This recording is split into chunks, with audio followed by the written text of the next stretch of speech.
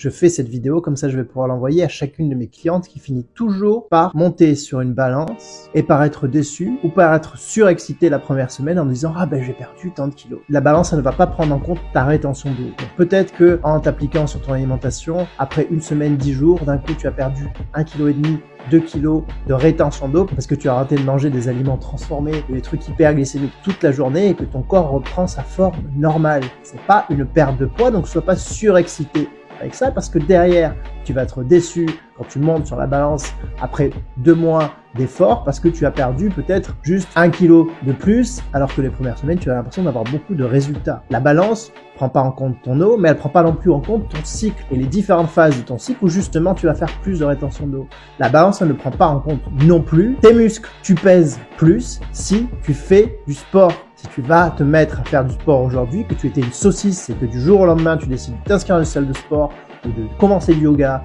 ou de faire du pilates, ou d'aller courir, ou de ce que tu veux, si du jour au lendemain, que tu sois un homme ou une femme, tu te mets à faire du sport, tu vas créer du muscle, même si tu perds du gras, le muscle pèse plus que le gras, et j'ai parfois des clients ou des clientes qui peuvent perdre 1 ou 2 tours de taille sans que leur poids sur la balance ne change. Arrête cette obsession de la balance, ne va rien faire à part te donner une relation conflictuelle avec ce que tu es en train de faire.